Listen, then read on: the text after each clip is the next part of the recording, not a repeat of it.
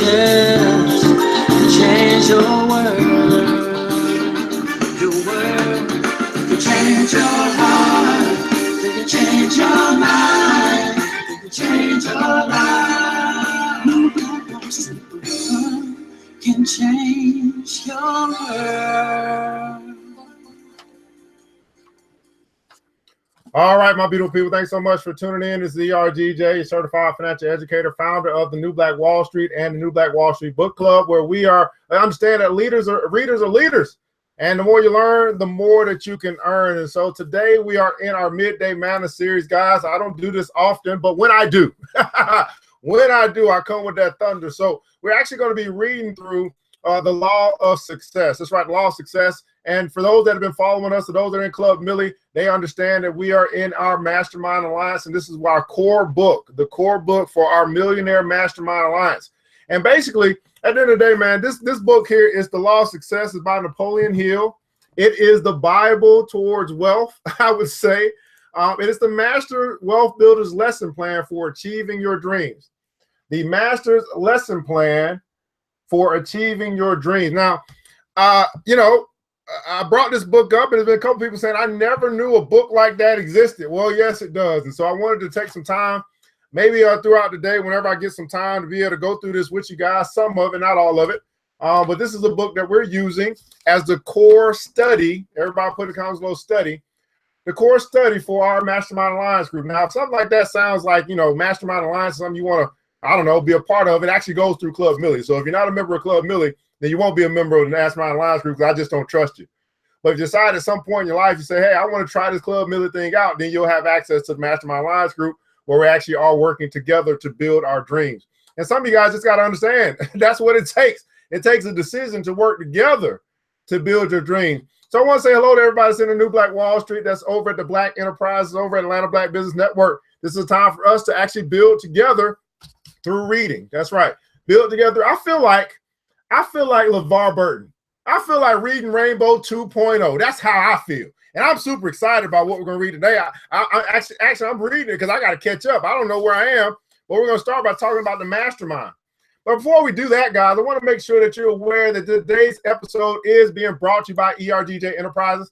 ERGJ Enterprises, you can actually find us on Facebook at ERGJ Ent. Also on the web at www.ergj.net, not US, not com.net.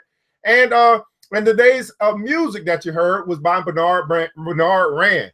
And so I do have actually people here who create the music that you hear. And these are some great people that if you need jingles, you need your own show, you're going to need your own music. You can't use copyrighted music. You might as well create your own and have the rights to your own ish. It's called ownership. I own and control this music now, and Facebook can't take it from me. I do want to make you aware that I actually did write a book, and we are actually in print mode at this point, waiting on the proof to get back today or tomorrow, and then we'll go ahead and finish printing all those 200 some odd copies that were pre-sold. So I want to thank you all that have supported the book, the Black Billionaires Club, how they built their wealth. At the end of the day, guys, right now, there's 2,043 billionaires in the world today, right now, in 2017, and only 12 of them are Black. And I'm going to ask you right now, who's the richest Black man in the world? Many of you have no idea. And I think it's important that we study Black wealth. I think it's important that we study how they have gone through whatever situations or their testimony, their wealth testimony, so we can learn from it. So this book is not just a book to read. This is a book that's a book for you to apply so that hopefully one day you can enter into the Black Billionaires Club. Of course, you want to get that book, you can get it today at www.theblackbillionairesclub.com. That's because I told you, Kelvin. www.theblackbillionairesclub.com. And you can actually order the book. And today you're going to get the stock market class for kids. But after today, we're going to be switching out the offer going into Independence Day, when actually the book will be officially released. It's going to be Black Wealth Freedom, Black Economic Empowerment. You are going to take the chains off on July 4th. We're not representing the American heritage and American freedom. We're talking about Black economic freedom. And that's what we're going to be busting out on July 4th. So get ready for that. Go ahead and order your books and do that. We want to let you know also you can actually purchase the We Sick Boss collection. Actually, see, we do have the shirt on today. You can get the shirt for $20, the We Sick Boss swag shirt, the We Sick Boss swag rag for $10, or you can get the combo for $25. And what's We Sick Boss all about, guys? Well, the first step on your road to recovery is to admit that you got a problem. Black folk, we got a problem. Houston, we got a problem. And there's many problems that we see, but see, here's the deal. Is too many of us are trying to affirm our way to the future without accepting the present. That's right. We're trying to affirm our way to the future without accepting the present. That's just like putting the GPS in and not knowing your starting point. You got to accept your reality and then affirm your future. But you got to accept where you are. And if you're broke, you're broke. Okay. Ain't you know, just go ahead and admit I'm broke if you're broke. That's okay. I'm accepting my truth, but I'm broadcasting my future. And that's what your affirmation does. It talks about where you're headed, not necessarily where you are, but you got to admit where you are in order to start the process on your road to recovery. We sick, boss. And now, matter of fact, that again, I mentioned to you the Mastermind Alliance that goes through Club Millie. If you are representing Club Millie today, go ahead and put in the comments below hashtag Club Millie. What is that? It's a Black investment group, people.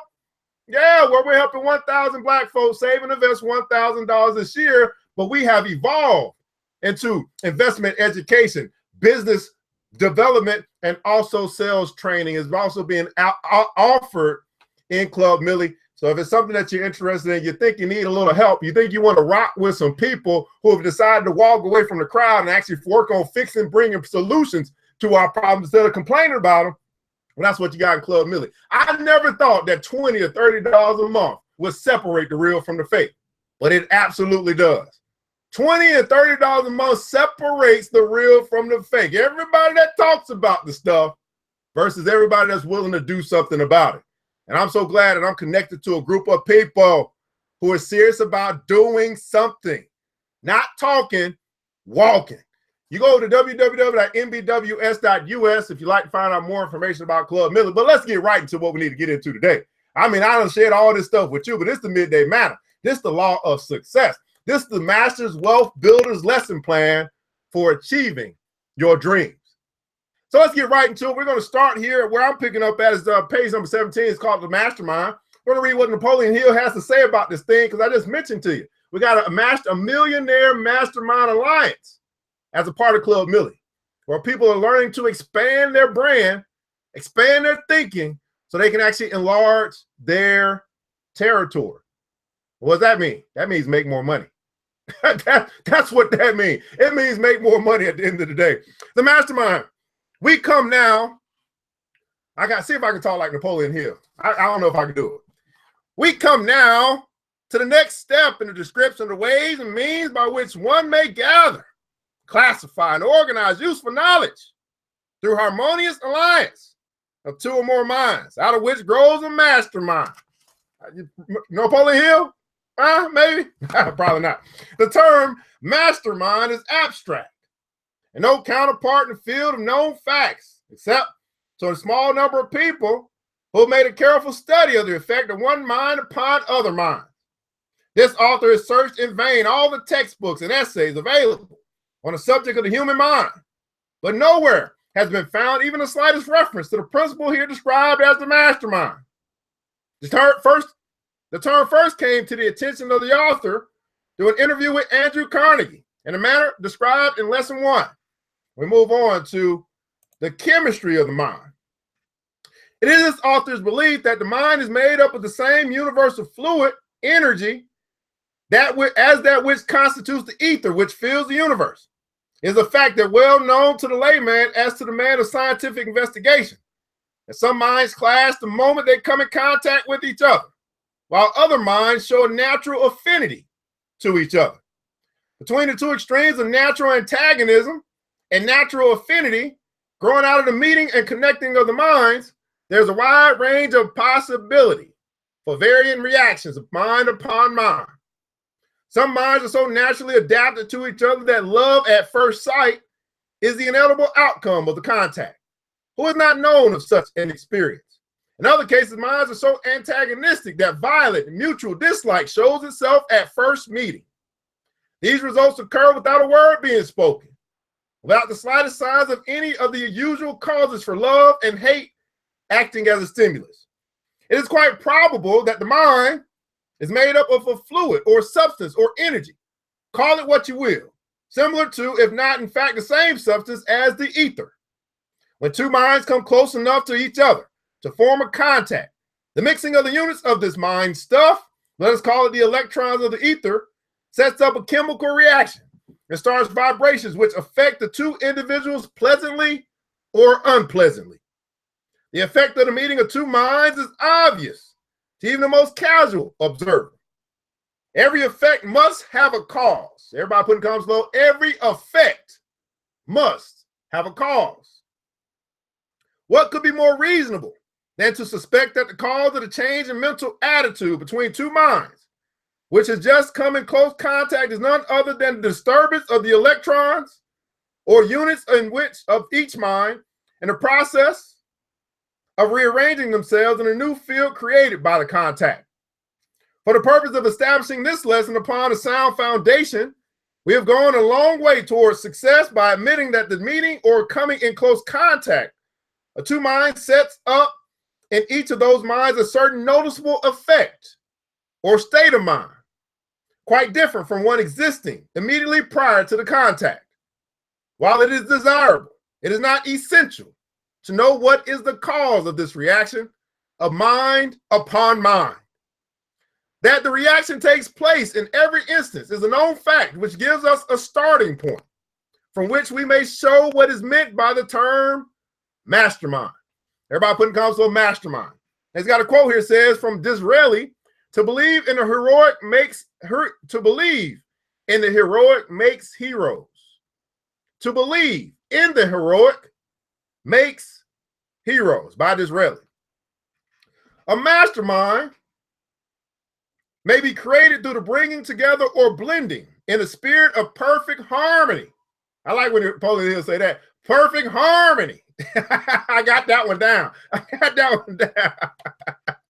A mastermind may be created through the bringing together or blending in the spirit of perfect harmony of two or more minds. Out of this harmonious blending, the chemistry of the mind creates a third mind, which may be appropriated and used by one or all of the individual minds.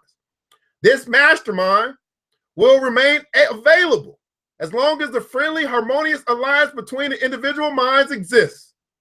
It will disintegrate, and all evidence of its former existence will disappear the moment the friendly alliance is broken.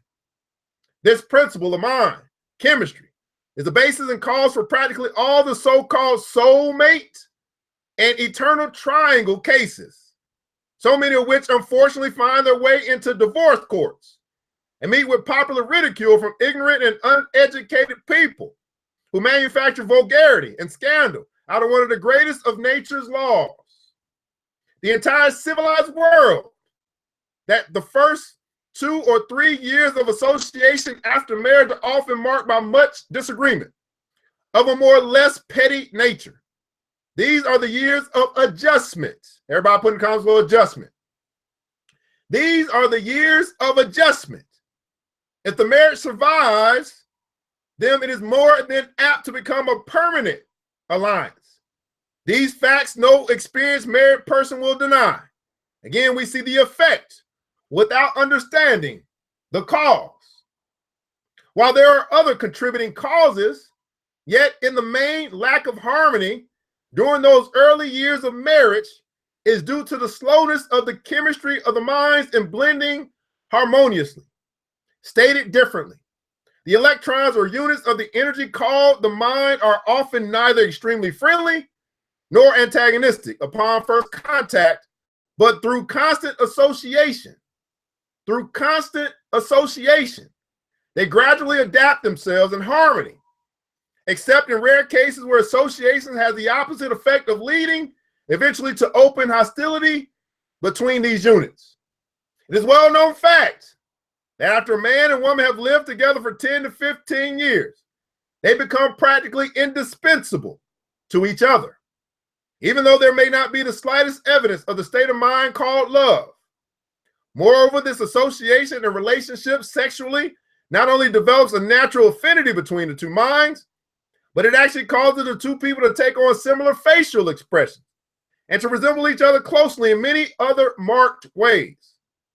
Any competent analyst of human nature can easily go into a crowd of strange people and pick out the wife after having been introduced to her husband. The expression of the eyes, the contour of the faces, and the tone of the voices of people who have long been associated in marriage become similar to a marked degree. So marked is the effect of the chemistry of the human mind that any experienced public speaker may quickly interpret the manner in which his statements are accepted by his audience. Antagonism in the mind of but one person in an audience of 1,000 may be readily detected by the speaker who has learned how to feel and register the effects of antagonism. Moreover, the public speaker can make these interpretations without observing or in any manner being influenced by the expression of the faces of those in his audience. On account of this fact, an audience may cause the speaker to rise to great heights of oratory or heckle him into failure without making a sound or denoting a single expression of satisfaction or dissatisfaction through the features of the face. All master salesmen know the moment the psychological time for closing has arrived. That's a good, let's repeat that again. All master salesmen know the moment the psychological time for closing has arrived. Now, what that says to me is that obviously everybody is a master salesman. Everybody doesn't know when to close. They don't know when to close. They're always trying to close, always be closing, but they don't know when to close. Not by what the prospective buyer said, the prospective buyer says, but from the effect of the chemistry of his mind as interpreted or felt by the salesman. Words often belie the intentions of those speaking them, but a correct interpretation of the chemistry of the mind leaves no loophole for such a possibility. Every able salesman knows that the majority of buyers have the habit of affecting a negative attitude almost to the very climax of a sale. Every able lawyer has developed a sixth sense whereby he is able to feel his way through the most artfully selected words of the clever witness who is lying and correctly interpret that which is in the witness's mind through the chemistry of the mind. Many lawyers have developed this ability without knowing the real source of it. They possess this technique without the scientific understanding upon which it is based. Many salesmen have done the same thing. One who is gifted in the art of correctly interpreting the chemistry of the minds of others may, figuratively speaking, walk in at the front door of the mansion of a given mind and leisurely explore the entire building, noting all its details, walking out again without a complete picture of the interior of the building, without the owner of the building so much as knowing that he has entered a visitor or entertained a visitor.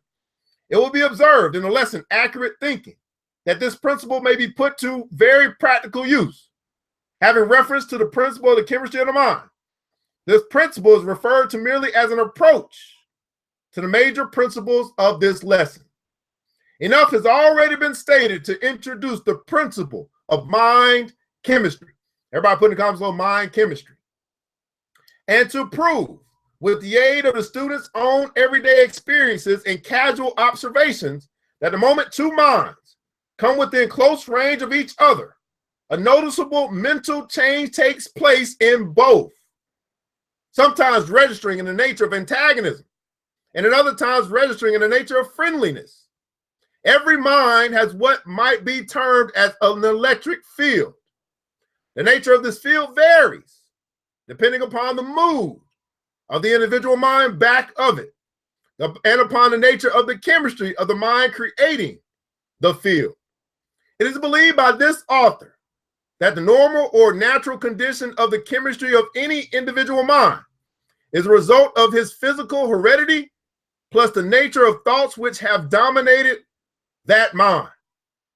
Ask yourself right now, people, what is the nature of thoughts that have dominated your mind today? What is the nature of thoughts which have dominated your mind today? That every mind is continuously changing to the extent that the individual's philosophy and general habits of thought change the chemistry of his or her mind. These principles the author believes to be true, that any individual may voluntarily change the chemistry of his or her mind so that it will either attract or repel all with whom it comes in contact is a known fact. I repeat that again. Any individual may voluntarily change the chemistry of his or her mind so that it will either attract or repel all with whom it comes in contact with is a known fact. Stated in another manner, any person may assume a mental attitude which will attract and please others or repel and antagonize them.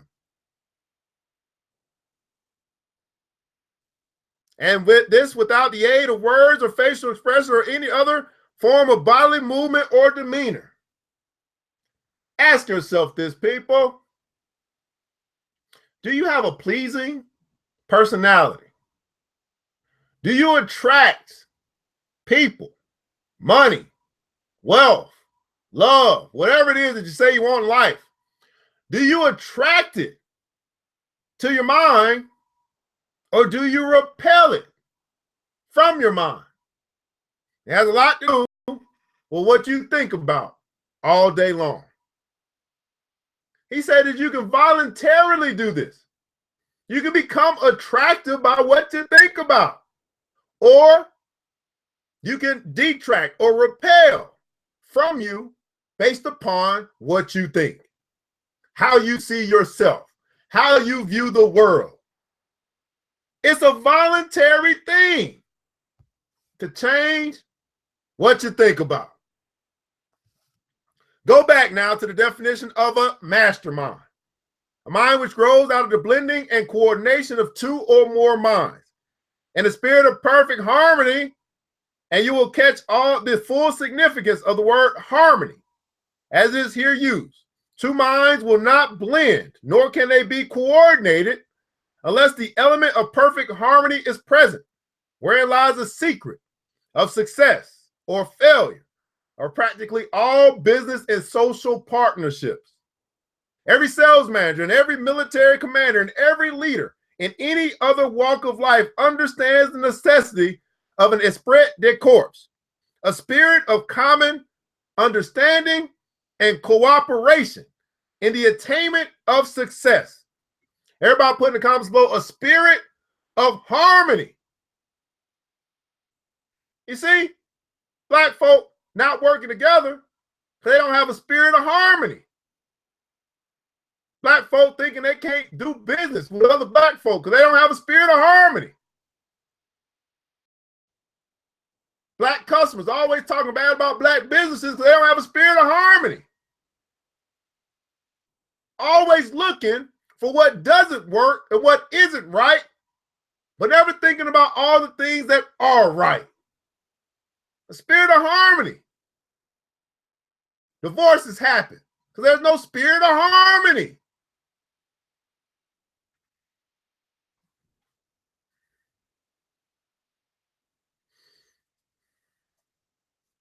Says here, the mass spirit of harmony of purpose is obtained through discipline, voluntary or forced, of such nature that the individual minds become blended into a mastermind, by which is meant that the chemistry of the individual minds is modified in such a manner that these minds blended and function as one.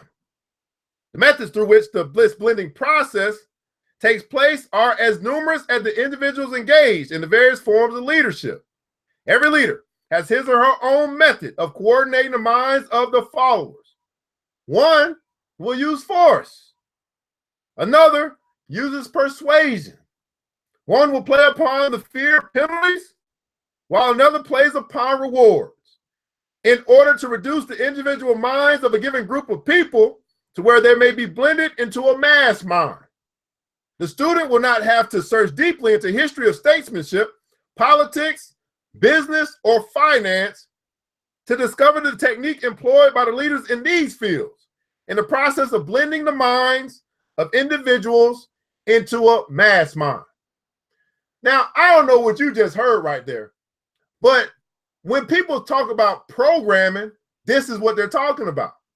They're talking about the techniques or tactics that are used upon the masses to get individuals to form a mass mind. In other words, to be led astray, to be led to the slaughter. And the individuals don't even know they're being programmed or they're being conditioned to think like everybody else. They accept the conditioning. All because they want to be accepted. They want to have, I think, one of the deepest longings in people is a spirit of harmony. And even if that spirit of harmony that you have with other people leads you to death, you rather feel good while you're dying. Because you want to be accepted. A spirit of harmony. It's very difficult to find, but a lot of people find it doing deadly work. In other words, joining a gang because you want to have a spirit of harmony with other people. You see? It's a spirit of harmony that people are looking for.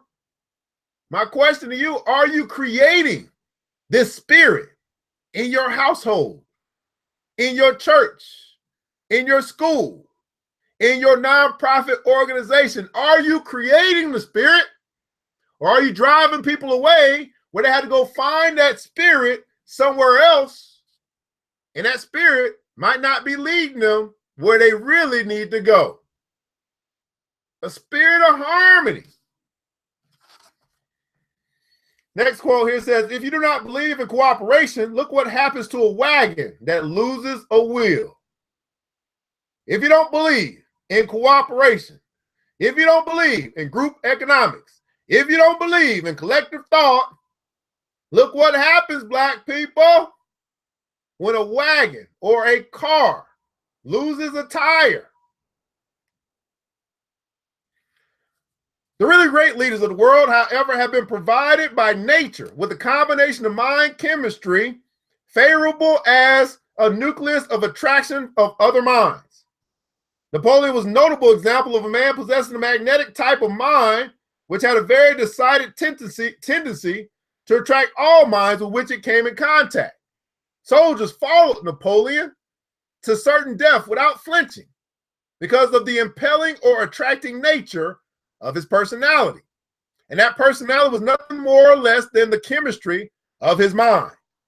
No group of minds can be blended into a mastermind if one of the individuals of that group possesses one of these extremely negative, repellent minds.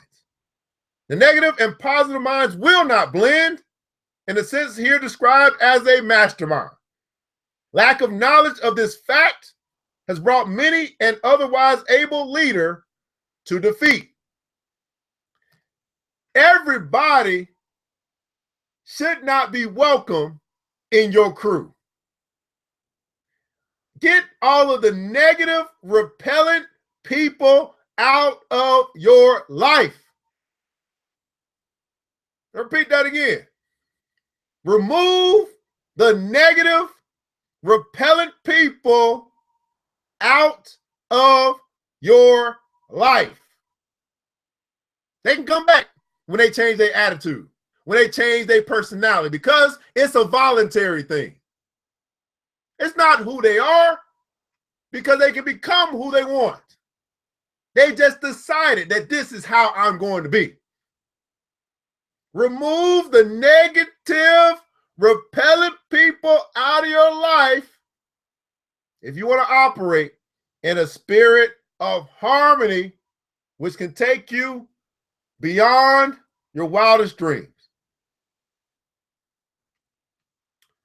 Any able leader who understands this principle of mind chemistry may temporarily blend the minds of practically any group of people, so they will represent a mass mind. But the composition will disintegrate almost the very moment the leader's presence is removed from the group. The most successful life insurance sales organizations and other sales forces meet once a week, and more often for the purpose of of what? For the purpose of merging the individual minds into a mastermind, which will for a limited number of days serve as a stimulus to the individual minds. It may be, and generally is true, that the leaders of these groups do not understand what actually takes place in these meetings, which are all usually called pep rallies. The routines of such meetings is usually given over to talks by the leader and other members of the group, and occasionally from someone who outside of the group. Meanwhile, the minds of the individuals are contacting and recharging one another. The brain of human being may be compared to an electric battery in that it will become exhausted or run down, causing the owner to feel despondent, discouraged, and lacking in pep. Who is so fortunate as to never have had such a feeling? The human brain, when it is depleted condition, must be recharged. And the manner in which this is done is through the contact with the more vital mind or minds. Great leaders understand the necessity of this recharging process. And moreover, they understand how to accomplish this result. This knowledge is the main feature which distinguishes a leader from a follower. Let me repeat this again. The great leaders understand the necessity of this recharging process. Everybody put in comments below recharge. And moreover, they understand how to accomplish this result. This knowledge is the main feature which distinguishes a leader from a follower. Fortunate is the person who understands this principle sufficiently well to keep his or her brain vitalized or recharged by periodically contacting it with the more vital mind. Let me ask you this, people. Who's in your life right now who actually helps you recharge? Who do you have in your circle that is a vital mind? In other words, they are so valuable to your recharging process that they're on speed dial. They're the person that you call when you are depleted, and they can speak into your life, get you back pumped up, and get you back on the road to success. Who is your vital mind? Sexual contact is one of the most effective of the stimuli through which a mind may be recharged.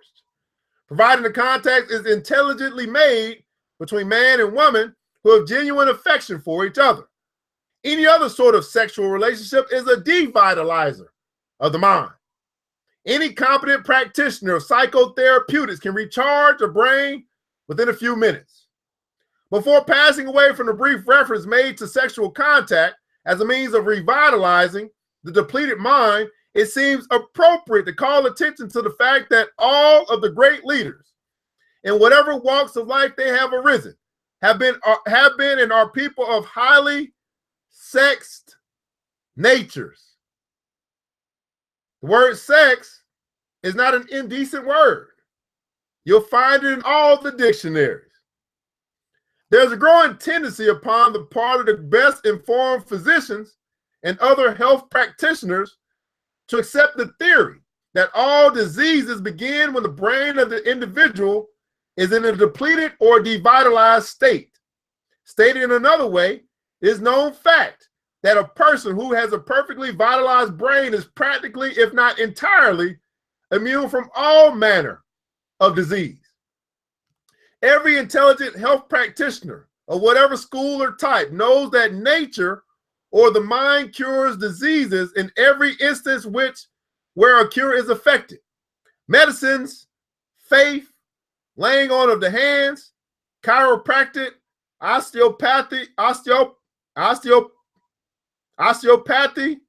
and all other forms of outside stimuli are nothing more than artificial aids to nature, or to state it correctly, mere methods of setting the chemistry of the mind into motion to the end that it readjusts the cells and tissues of the body, revitalizes the brain, and otherwise causes the human machine to function normally. The most orthodox practitioner will admit the truth of this statement. What then may be the possibilities of the future developments in the field of mind chemistry? Through the principle of harmonious blending of minds, perfect health may be enjoyed. Through the aid of this same principle, sufficient power may be developed to solve the problem of economic pressure, which constantly presses upon every individual. We may judge the future possibilities of mind chemistry by taking inventory of its past achievements, keeping in mind the fact that these achievements have been largely the result of accidental discovery and of chance grouping of minds. We are approaching a time when the professorate of the universities will teach mind chemistry, the same as other subjects are now taught. Meanwhile, study and experimentation in connection with this subject open vistas of possibility for the individual student. Now, I'm actually going to stop there, guys. The next section is called Mind Chemistry and Economic Power. And I'm super excited to read about that. Economic Power, Mind Chemistry. And this is from Napoleon Hill as we're going through the law of success. Now, this is a long read. This is a 500 some odd page book, but I'm in no rush. I'm going to extract everything I can out of this book, which happens to be the Master Builder's Lesson Plan for Achieving Your Dreams. Now, I got to ask you, people, what are you putting into your membrane that's going to help you to achieve your dreams? What are you reading? Because you're not going to find something like this on channel 36. No, no, no. This is going to be found in the library. It's going to be found at the good old Amazon books. That's why it says here, my good mentor said this, that formal education will make you a living, but self-education, the things that we're doing right now, will make you a fortune. And you got a decision to make in your life. You're going to settle for a living, or you're going to get started building your fortune. Well, guys, ERGJ with your midday manna here from the New Black Wall Street Book Club.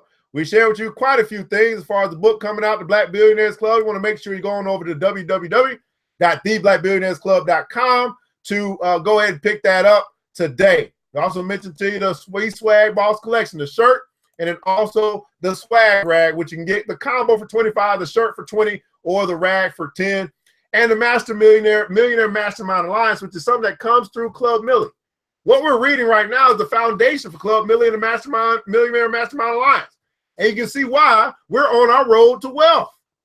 Question is, are you going to join a group of people who are serious about building, or are you going to watch them while they work?